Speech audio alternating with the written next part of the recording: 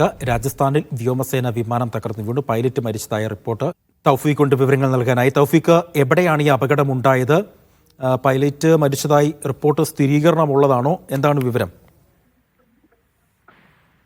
അല്പസമയം മുമ്പാണ് രാജസ്ഥാനിലെ ചുരുവിൽ സൈനിക വിമാനം തകർന്നു വീണതായിട്ടുള്ള റിപ്പോർട്ട് ഇപ്പോൾ പുറത്തു വരുന്നത്. പരിശീലന പറക്കലിനിടെയാണ് ഈ വിമാനം വീണതെന്നുള്ളൊരു സൂചന ഇപ്പോൾ ലഭിക്കുന്നുണ്ട്.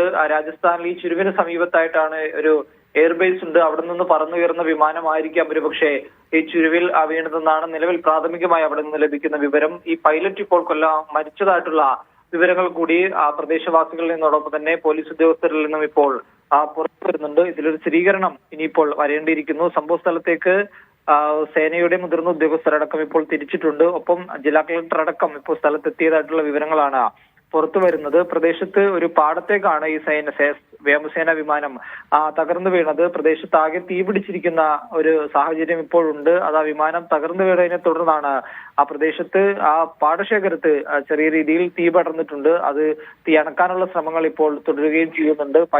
പൈലറ്റ് സംഭവ സ്ഥലത്ത് തന്നെ വെച്ചത് ഈ വിമാനം തകർന്നു വീണ ഉടൻ തന്നെ പൈലറ്റ് മരിച്ചു എന്നാണ് നിലവിൽ അവിടെ നിന്ന് ലഭിക്കുന്ന വിവരങ്ങൾ. ഇനിയിപ്പോൾ ഏത് വിമാനമാണ് തകർന്നു വീണത് എന്നതിനെ കുറിച്ചുള്ള ഒരു വ്യക്തത ഇതുവരെയും വന്നിട്ടില്ല.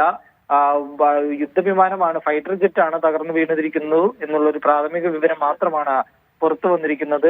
ഏത് മോഡൽ വിമാനമാണ് എന്നതിനെ കുറിച്ചുള്ള വിവരങ്ങൾ ഇനിയിപ്പോൾ പുറത്തു വരേണ്ടതുണ്ട്. അതിന്റെ ചില ദൃശ്യങ്ങൾ കൂടി ഇപ്പോൾ പുറത്തു വന്നിട്ടുണ്ട്. 2 പേർ ഈ വിമാനത്തിൽ ഉണ്ടായിരുന്നു എന്നുള്ളൊരു വിവരമുണ്ട്. നിലവിൽ പൈലറ്റ്, അതായത് ഒരാൾ മരിച്ചതായിട്ടുള്ള വിവരമാണ് ലഭിച്ചിരിക്കുന്നത്. ഇനിയിപ്പോൾ സേനാ ഉദ്യോഗസ്ഥരടക്കം എന്താണ് സംഭവിച്ചത് എന്നതിനെ കുറിച്ചുള്ള വിവരങ്ങൾ വ്യക്തമാക്കും. മോശം കാലാവസ്ഥയെ തുടർന്നാണോ വിമാനം തകർന്നു വീണത്, അതോ എന്തെങ്കിലും സാങ്കേതിക തകരാർ ഈ ഫൈറ്റർ ജെറ്റിന് ഉണ്ടായിരുന്നോ എന്നതിനെ കുറിച്ചുള്ള കാര്യങ്ങളെല്ലാം ഇനിയിപ്പോൾ പരിശോധിക്കണം. അതിനുശേഷമായിരിക്കും അതുമായി ബന്ധപ്പെട്ടുള്ള പ്രതികരണങ്ങൾ സേനയുടെ ഭാഗത്തു നിന്നുകൊണ്ട് ഉണ്ടാകും.